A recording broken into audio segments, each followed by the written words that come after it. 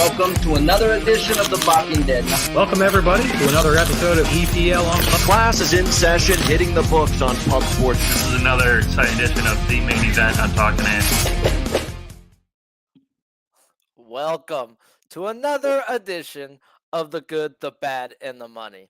I'm your host, Sharpies Bets, and of course, this show is sponsored by Prize Picks. If you haven't, go do us a favor, sign up on the App Store or online using promo code PUBSPORTS. Your first deposit up to $100, minimum of $25, they will match deposit it. This show, we talk 20-plus props in less than 30 minutes. So let's get to the money. Not just that, it's Friday, and Prize Picks has a nice promo going on today. Your first flex entry up to $20, they will refund you if you don't win. Simple as that. So let's see if we can help you out with a few to add on, as well as if you need some NBA props, make sure you tune in right after this show on Pub Sports Radio to the NBA Pub Hub, and they will talk some NBA props to go along with your flex play as well. On this show, we talk get right spots, great spots, and game of the day. Then we get right into Billy the Kid, aka Billy Brizz's favorite spots on this week 11 card.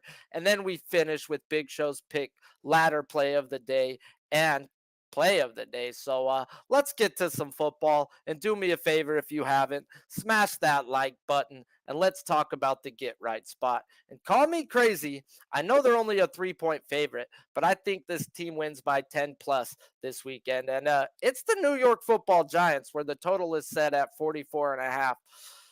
The first person that I'm going to take a look at is Daniel Jones. They have his pass yards over 185.5, but I wanted this man's fantasy score, but it was not available at the time. So I got to use what we got, but I'm going to expect to use his fantasy score. Like I said, I want his fantasy score, and would be surprised if I told you that. Would you be surprised if I told you Danny Dimes has only thrown 2 interceptions this year? He's protecting the ball, and he has one of the best running backs in the game behind him. And now the Giants get a sweet spot versus the Lions. Their defense is 32nd in total yards, 32nd in points allowed, and 32nd on third down percentage. I mean, there's only 32 fucking teams in the NFL. How much better of a matchup do you want? Detroit is the easiest matchup for any QB ranked by Yahoo Fantasy Sports. And when Daniel Jones has gone versus a bottom 10 defense, 3 times this year, he's averaging 19.8 fantasy points, while the other games he's only averaging 14.8 in the other 6 games. So everything tells me he should have a balling out game right here, and we should get a low fantasy score because of pretty much what he's done all year long, but it's taking advantage of this spot. In this spot, he puts up an average of 19.8. Now let's talk the bell cow, Saquon Barkley. And they only had his rushing yards over 85.5. But once again, I want his fantasy score when it becomes available. But we got to work with what we got to work with. I just said, talking about it, about Daniel Jones, how bad the Lions are. They're the worst D by the numbers in football. Total yards, points, while allowing 160 yards game on the ground. 160 yards on the ground?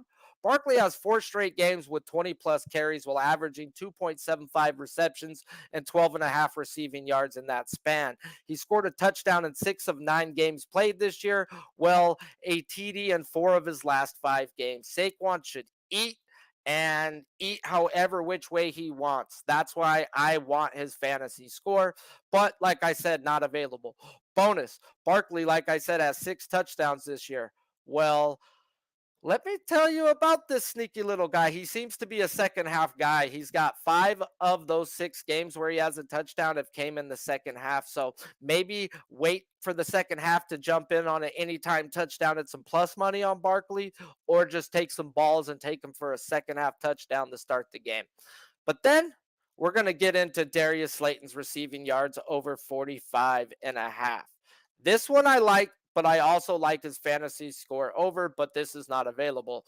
If you follow me on Twitter at Sharpies Bets, you see me tweet about this guy a couple days ago.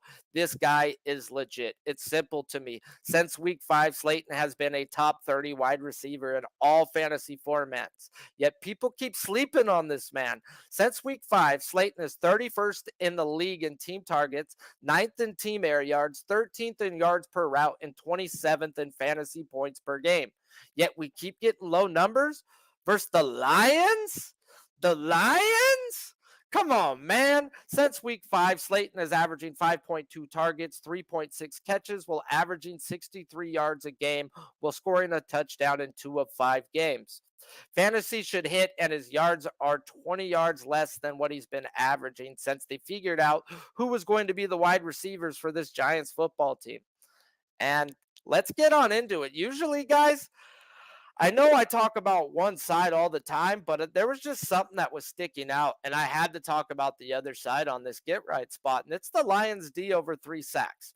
Now, I know this is normally all one team when we talk about get right spots, but I can't ignore how many times Daniel Jones meets the ground a game. 6 of 9 games this year, Daniel Jones has been sacked 3 or more times. That's a 66% clip. Okay, everything says I get why the Lions sacks are at 3. But now let's get into the other side of it. When you look at the Lions have only three or more sacks in 2 of 9 games, yet we're getting a 3. I read in between lines as I look at numbers. It's not just one thing for me. And the line's telling me to bet the under. Nah, mother trucker. Nah. We're going over Lions sacks. Yes, they've only hit it 2 out of 9 games, but they've only faced one running quarterback this year, and they hit it over on that spot. So Daniel Jones does like to run. Daniel Jones has been sacked at a 66% clip 3 or more times this year. I've got to look at it in the Lions spot. Hey, Sharpie. Go ahead. How many times has he got 2 sacks? I didn't look at that. Because you got 2 sacks up here. You got more than. Oh, so it would be 3. Okay, I got you. Oh, it's 3? No, you got projected sacks 2 more. I get it now. Oh man, I thought I actually took 3 or more, bro. So I was wondering if your whole cap was on 3, because if you're liking it on 3, this is a smash. Yeah, man, I thought it was a 3 when I looked at it. Maybe it changed, maybe it didn't, maybe I'm hallucinating, maybe I was doing mushrooms with Aaron Rodgers. That's for another show. Well, 2's a smash spot, guys. Daniel Jones, like I said, just take the read up, enjoy the money, and you'd be surprised at this Lions defense, what they're doing the last few weeks. They're not as bad as the numbers say, even though the Lions should still eat. Well, enough about the Giants and Lions. Let's talk about some spots that deserve our money, not just in prize picks, but also in the prop market. The first one up is Brian Robinson of the Commanders, rush yards over 63.5. This will be seeing my money this weekend, and I don't hate any looks at Gibson as well. But I want the guy that they're trying to feature in this offense, and that's Brian Robinson. We all know about the gunshot injury by now, and by Robinson's own words, he's still not 100%. Well, he's starting to look more and more like the guy they drafted. Yes, it was versus the Eagles, who happened to be 23rd in the league versus the rush. But guess what? The Texans are worse. The Texans are 32nd in the league in the rush in rush yards allowed, allowing a whopping 181 yards a game on the ground. The last 5 weeks, Robinson is averaging 17 carries a game to Gibson's 9.4. The last 2 weeks, McKissick has been out with injury, so it's been a 2-back system, and McKissick still hasn't been practicing, so I've got to expect a 2-back workload with Brian Robinson getting the bulk amount of the work versus a trash-ass D. Easy freaking money, if you ask me. You know what else is easy money? David Montgomery's rush yards over 61.5. Now, I know I'm not the type of guy to chase, especially after leaving me dry last week, but Khalil Herbert is now on the IR, and that means we're getting the workhorse David Montgomery in this beautiful spot versus the Falcons D. They're 31st in total yards allowed, 27th in points allowed, and 29th on third down percentage. They did not have his rush and receiving available at the time of the show, but that's really what I do want. So take that into fact whenever the Russian receiving is available. That's the spot I'm going to bet this weekend strictly on. He's the man. And if you don't remember last year when there was no Herbert, this guy doesn't come off the field. So only one game this year has he been held catchless while averaging 16.7 receiving yards a game. Nice spot. And he's the only running back in a smash spot. Even though Fields has become the top guy in this offense, I see Montgomery with a 20-plus carry type of day. And if you don't know, he's used to that shit. Like I said, he was 20-plus carries a game last year. So no Herbert makes me, I'm back, bitches. If you like what you're hearing, guys, do me a favor, smash that like button, and let's talk about a guy that we've been talking about since Tyler Heinicke has been back. And I should have probably done this number 2 spot because I talked about Brian Robinson in the first, but we can't ignore Terry McLaurin's receiving yards over 59.5. We talk about it every week, and we got to keep taking advantage of a guy seeing more than a 32% target share with a quarterback going back to last year. The last 4 games this year with Heinicke as QB, he's 3 wins, 1 loss to this number, averaging 6.2 catches, 92.5 yards, and gets a beautiful matchup versus a Texans D who ranks 30th in total yards, 24th on third down, and you know who Heinicke is looking at on third down. Mr. McLaurin. Not the car, bitches, the dude. So let's just keep eating with the Commanders because it's been nice betting on those guys.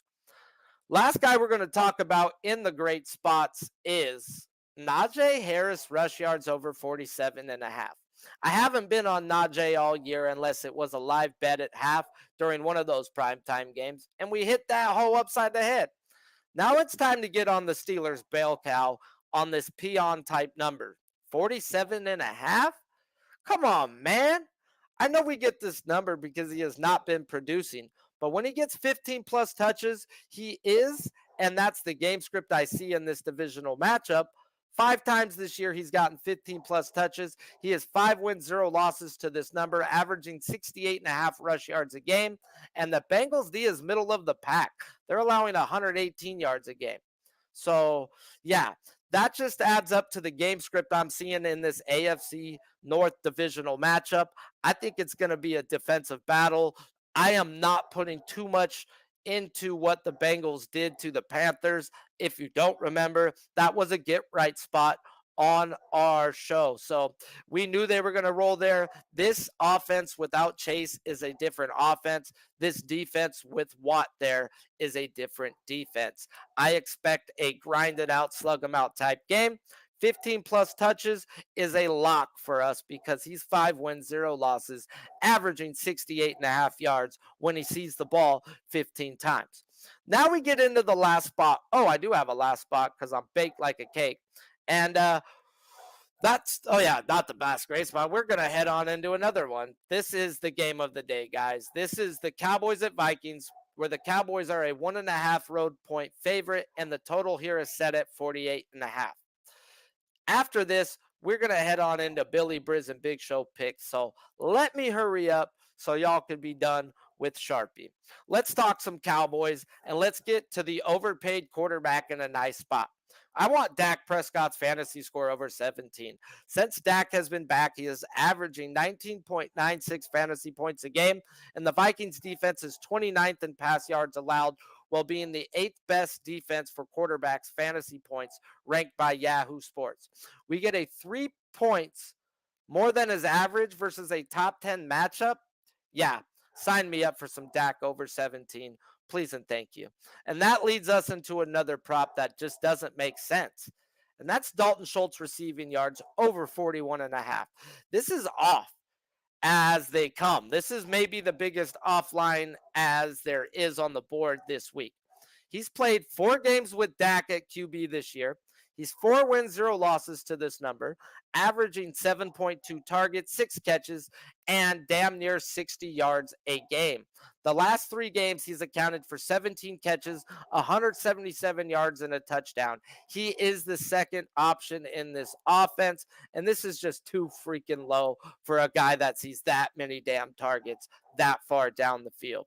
Speaking of low, let's talk the other side of the ball, and let's keep banging this guy until he loses for us, and they still haven't corrected this man. So let's talk TJ Hawkinson, receiving yards over 40.5. Since being traded, he has become the number 2 weapon for Kirk Cousins, and he missed a TD last week by inches. If you listen to last week's show, we talked about looking at his anytime TD, because if you go back through Cousins' career, he likes that big body tight end in the end zone.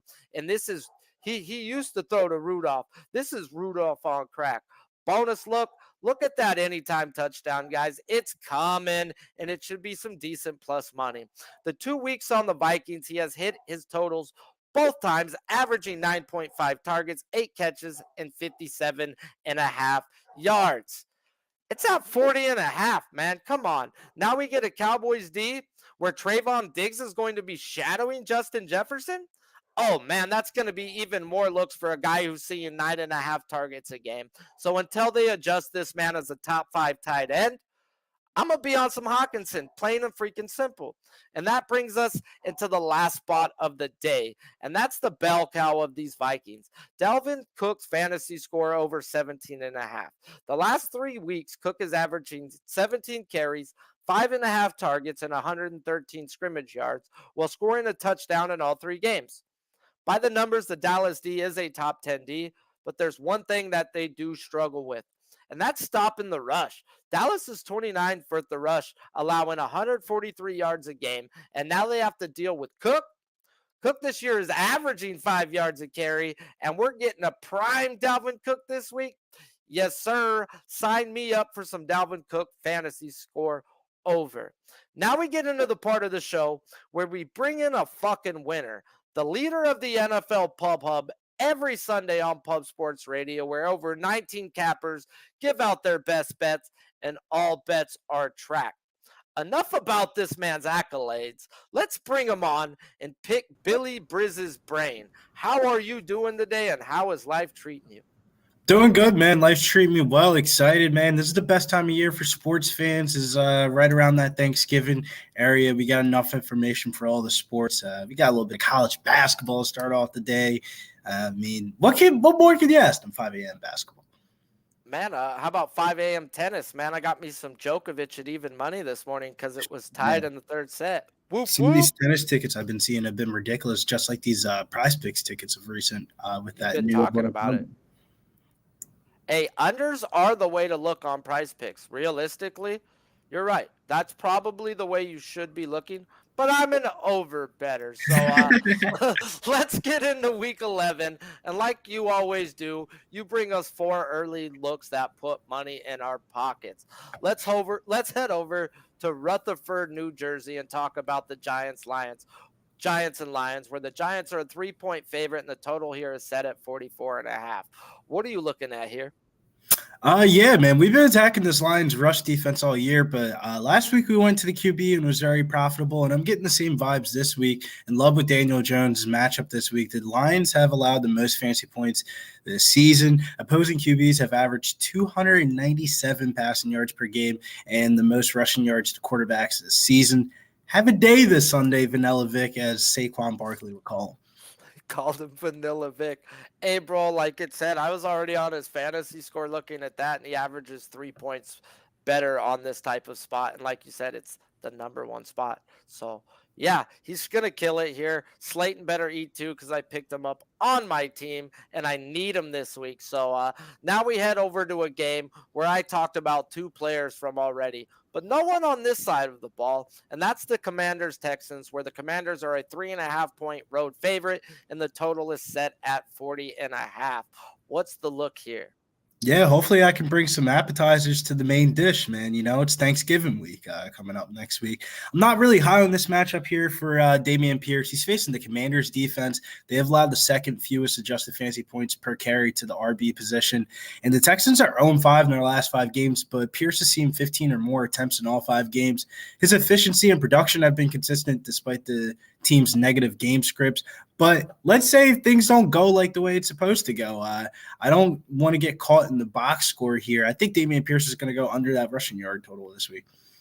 Ballsy, bro. He's coming in hard with the unders. I'm not here for unders. Billy Briscoe shoots some unders. Third spot on the day is a game I have some interest in, and I didn't even look this way. And this is the Bengals Steelers, where the Bengals are a 4-point road favorite, and the total set at 41. How are you getting involved in this AFC North dogfight? This one's for the film watchers, man. Pickett had one of his better games last week. Deontay finished with 63 receiving yards, which was his second best total of the year. But even though Pickett looked good, there's still a lot to be desired regarding with him going through his reads. Deontay Johnson was wide open for multiple plays down the field. They talked about getting him more down the field shots, and dude, he was wide open. Like, some of these plays were ridiculous. That should definitely come up in the film room.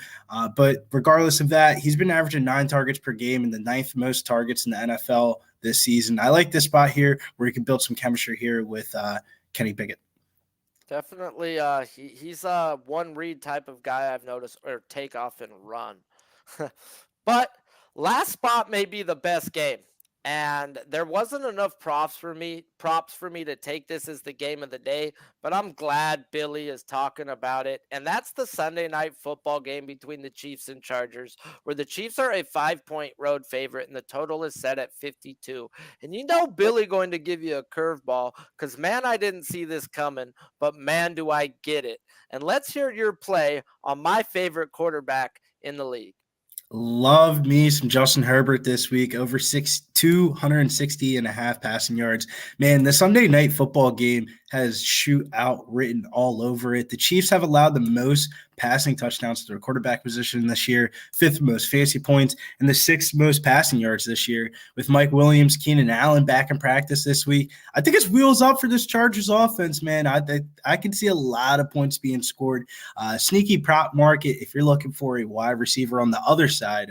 Kadarius Toney, man, he's wide open there, man. I think he's gonna have a good week this week too. That's just on a side note. I'm high on I know I'm gonna say it's wrong, but Pacheco. Whatever, however Mike you Pacheco. want to. That's my question. I have Pacheco and Robinson. Who would you start in fantasy? Pacheco, bro. I seriously think this guy has a 100-yard game. I think this guy. I was gonna talk to you, and I know I saw G pop up in the chat. Shout out to the chat. Smash the like if you haven't. But I'm obviously alone in this, but I think the Chargers get rolled here. I think they get blown out. I think they get blown out? Wow. Yeah. I'm with you, Yeah. Sharpie. I think they get rolled. KC is too good right now. And it's because the Chargers are missing 3 starting offensive linemen, and they have no rushing attack. And let's get into the defensive linemen, where they're on dudes from T-Mobile, bro. Their defense is missing everybody and their mom. This is not the same team that competes with the Chiefs every year. If this team somehow can compete with the Chiefs aren't as good then, in my opinion. Maybe I think Herbert can easily get 20 points. They're going to be in comeback mode. They don't run the ball. I think he could throw it, but do they cash in? Does he get sacked? Does he fumble? He has no fucking line. Facts. Do you think the wide receivers coming back this week can help him? Because, I mean, it's been dreadful. Keenan Allen can, because he's going to take those 3 yards just screen plays for him. But how long does Keenan Allen play? Facts, though. Facts. We said it at the beginning of the season, man. It's going to be Mike Williams over Keenan Allen this year, man. And, man, who would have thought? Well, bro, I appreciate you as always for stopping by. You always bring us freaking money to put in our pocket. What are you doing this weekend, and where can these fellas find you? Yeah, you can find me at Getting Bills over there on Twitter. Discord party tonight, Bellator. We got the Nurmagomedov party popping off tonight. Usman's about to become the 155 champion. It's going to be a good weekend. UFC Vegas 65 tomorrow. Derek Lewis in a main event is always going to be entertaining. And that's really what we got going on for the weekend. And then NFL Pub Hub on Sunday. Oof. The champ is back, guys. He's coming back on Sunday to put his belt on the line, nuts out and hanging. Well, we're going to hit a commercial and come right back with Big Show's pick ladder play of the day. And I bet you couldn't guess it because I sure as hell couldn't. And we're going to finish this show off with our 2 picks flex play. Welcome to another edition of The Walking Dead. Welcome everybody to another episode of EPL on Class is in session, hitting the books on Pub Sports. This is another exciting edition of the main event on Talking Ant. What up, the biggest show on Pub Sports Radio? How's life? How's the puppy? Hopefully you're getting some sleep. What up, Sharpie? Yeah, everything's going good. The puppy is getting a little relentless. He's growing bigger and bigger, getting into more taller shit now. So now we can clear everything from fucking 1 inch on the floor to all the way up to about 15 inches. This is why you don't want children, bro. This is Yeah, why you don't want children. I They can just get imagine. bigger and bigger, and they talk back. Ugh. Well, let's get back into what the people came for, and that's the man who made ladders famous, ladder play of the day. What you looking at? Here you go.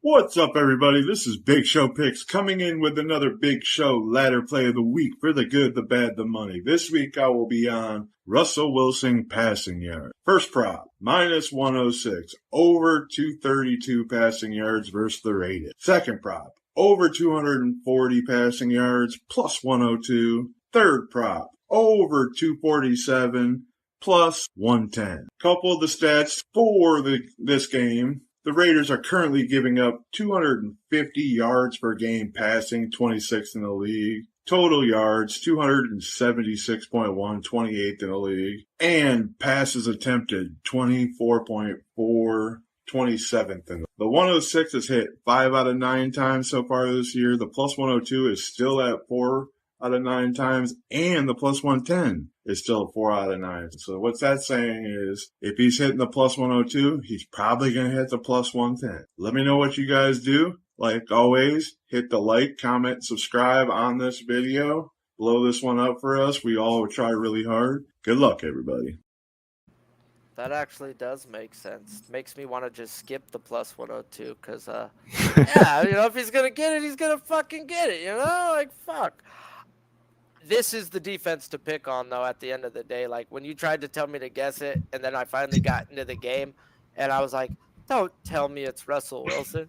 It's an oldie, man. Like I said, this is one of the guys that started the whole ladder thing for me back in the day. It was the DK Metcalf and Lockett, man. Like, they caught everything back then. Yeah, well, they sure as fuck need him, dude. So hopefully, and he does throw the ball a lot. This is where you got to pick on him, and definitely, let's get it. The ladder play's been profitable this year, so let's get into the 2 picks. Pick of the day, and that's our favorite play of the day. Big Show, you're going to a guy where I was looking at, and it's in the Commanders-Texan game where the Commanders are a 3.5-point road favorite, and the total is set at 44.5. Where are you looking at, big guy? I'm looking at Brian Robinson over 9.5. I got a couple questions for you, Sharpie. If you could pick on 2 run defenses minus Detroit, who are you picking on? It's Atlanta and the Texans. Okay, so Houston. If you were to give a game ball in that Washington-Philly game, who do you think had the most control over their position? Robinson looked his best as he looked all year. I felt like they won with Robinson, and Robinson won because they were winning. Because that's the kind of the trends that Robertson has. In the games that he's hit over this 9.5, 3 out of 4 times, they've won the game. The 2 times that he didn't, plus the one that he didn't, the 4th one, they lost the game. So he kind of wins as they go. I'm kind of losing a little bit of upside not knowing what Gibson's going to get in this game because he always can vulture a touchdown and he can steal some receptions. I'm not really worried about that though. 26 fucking rushing attempts last week and 86 yards. Them felt like a lot more than 86 yards. If you watch the whole game, it would have felt like he racked up more than 86 yards in that game. Like the momentum runs that he had. And if anything happens like that in this game, it's over for Houston. I think they win the game. So with the stats saying if they win the game, I think he cashes this 9.5. Touchdown is gravy. And like I said, it's a 2-back system now with Gibson and Robinson.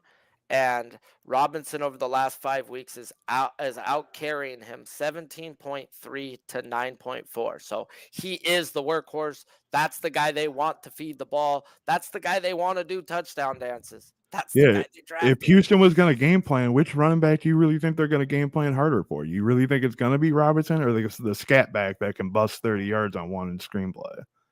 You know, that I imagine when Gibson comes in, they're going to, almost running back spy his ass more than Robinson would. Gibson's pretty much now the third down back, and he even returns kicks for that team. So, yeah, he's the scat back. And the change Robinson of over pace. 9.5. Robinson over 9.5. It's going to hit. I know it's going to hit, and it may hit in the first half. And this is If he where gets a touchdown, it's done in the first half. If he gets a this first is down. where we go right back to the spot, guys, that I got to talk about again. And it's Najee Harris, but I got to take his fantasy points for my best bet. I know we get this number because he has not been producing. But when this man does produce, what the hell just happened to my thing? My dog's going crazy. My bad. But when he gets 15 plus touches, he does produce. And that's the game script I see in this divisional matchup. 5 times this year, Harris has had 15 plus touches, 5 wins, 0 losses to this number, averaging 68.5 yards a game on the ground. Bengals D is middle of the pack, allowing 118 yards a game on the ground. Najee has been held without a catch only 1 time this year, averaging 2.5 catches, almost 13 receiving yards a game. He's a true 3-down back, and I expect a heavy workload. And in a PPR format, give me his fantasy where this catches is a point. And with his rush and receiving plus touchdown upside, this shit is just way too low. We hit this without a touchdown. We smash this if and when he gets into the end zone. Shout out to you all. Smash the like button if you like what you're hearing. And once again, this show is sponsored by Prize Picks. Go use promo code PubSports for your first deposit. Up to 100, minimum of 25, and they will match deposit it. Well, show, it's a wrap. Any last words of wisdom, and where can they find you? No last words of wisdom. When I first wrote down the slate, I will give you guys the first guy I looked at as a target, and it was Burrow passing yard. So I think Burrow might have a little game in this one. Look out for T. Higgins, too. Ooh. There you go, guys. Until next time, I'm Sharpie's Bets, and this is the good, the bad, and the money on Pub Sports Radio. We be pubbing.